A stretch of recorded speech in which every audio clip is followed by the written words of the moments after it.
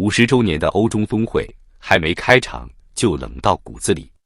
中国和欧洲翻脸，连最起码的外交礼节都不给了，有意安排的高层会面直接被拒绝。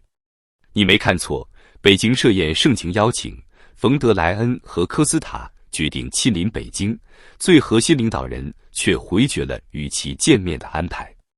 这不是一次普通的外交风波，而是彼此之间撕破伪装、分道扬镳的信号。2025年7月24日，欧中峰会即将在北京举行，原本是纪念建交半世纪的重要节点，却成了一场危机四伏的谈判破裂前奏曲。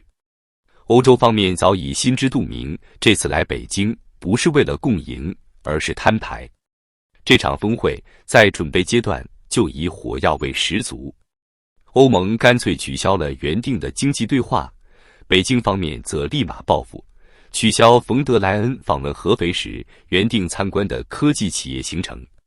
你来我往，礼尚往来变成了明争暗斗，外交细节里藏着深层敌意。有国际媒体指出，这不只是贸易纠纷，而是价值体系与国家战略之间的正面冲突。欧洲已经不再相信这个东方大国曾经承诺的共赢和开放。去年，中国向欧盟出口商品高达6060亿美元，而从欧盟进口却只有2500亿美元，逆差值巨大，让整个欧洲高层都感到无法再继续容忍。更讽刺的是，2025年上半年，中国对欧出口又增加了7%，而从欧进口却下降了6%。这哪里是对等贸易，简直像是在玩倾销游戏，把自己的产能过剩硬塞进别人家门口。欧洲看到的不只是数字的悬殊，还有一种被系统性入侵的危险感。更让人无法接受的是，这个亚洲制造大国正试图将全球产业链变成一种人质系统，限制稀土出口，让整个欧洲高科技产业链都被卡住脖子。通过庞大的电动车补贴政策，将欧洲本土企业一一吞噬，在地缘政治冲突中始终偏向莫斯科，让欧洲安全利益岌岌可危，在网络空间进行定点攻击，让许多国家政要系统频频告警。对台海的军事动作更是让人神经紧绷，生怕战争的火苗一旦点燃，将波及整个欧亚大陆。表面上谈合作，背地里搞控制，欧洲能忍到现在已经是极限。电动车成为一个典型战场。为了保护自己，欧盟2024年已对中国电动车征收最高45.3%的关税。然而，令人咂舌的是，中国制造商依然能在欧洲市场获利。根据数据分析公司的报告，今年电动车将占欧洲汽车市场总量的21%以上，而来自中国的电动车将占其中的1/10。这些车辆比本地制造便宜约20%，直接冲击了整个低端市场。比亚迪甚至已经喊出，希望在2030年成为欧洲第一大电动车品牌。欧洲当然不能坐视，于是北京方面也祭出反制，7月4日宣布，对欧盟进口白兰地征收最高34.9%的反倾销税。要知道，中国是法国干邑最大的海外市场，每年贸易额达14亿欧元。这一征税导致法国每月直接损失5000万欧元。这一回合的反击，几乎等于用经济核弹轰了一把自己钟爱的奢侈品圈。除此之外，医疗器材也是一场火药味十足的暗战。6月，欧盟宣布禁止中国企业参与超过500万欧元的政府医疗器材采购，原因是过去多年，欧洲器械在中国的招标体系中长期被排除在外。北京财政部门随即反制，发布公告称，政府采购超过4500万元人民币的医疗器械将排除欧盟企业。这不是短暂的摩擦，而是正在形成的长期冷对抗。现在，东方大国试图分化欧盟国家，以图牵制美方压力。2024年，高层领导人出访法国、塞尔维亚与匈牙利，摆出一副联欧制美的大国气势。尤其是在巴黎行程中，不断鼓吹深化双边合作，敦促法国坚持所谓的战略自主。但这一套在欧洲并不灵。法国学者指出，中国对法国战略意图的理解严重偏差，也高估了东欧小国在欧盟体系中的影响力。把法国当成美中之外的第三势力，从逻辑上就是幻想，现实远比剧本残酷。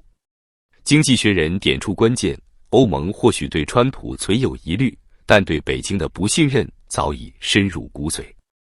欧洲不是傻子，尤其是当自己被北京一次次拿来做政治工具之后。美国虽强硬，但尚能对话，而面对这位东方政权，欧洲只剩警惕。中国高层不出席，冯德莱恩冷脸，欧中峰会尚未召开，就已提前落败。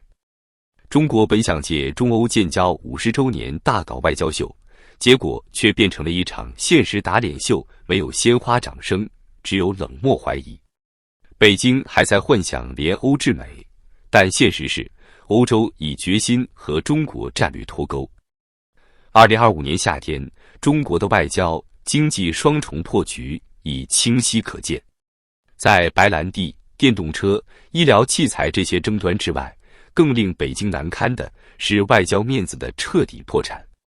欧洲的底气不只来自政治立场，更来自经济现实。欧盟在2024年的 GDP 总量高达 18.5 万亿美元，已稳居全球第二。相比之下，中国经济增速早已从高速增长神话中跌落。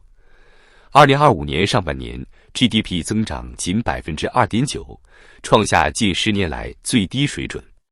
更严重的是，人民币汇率持续下滑。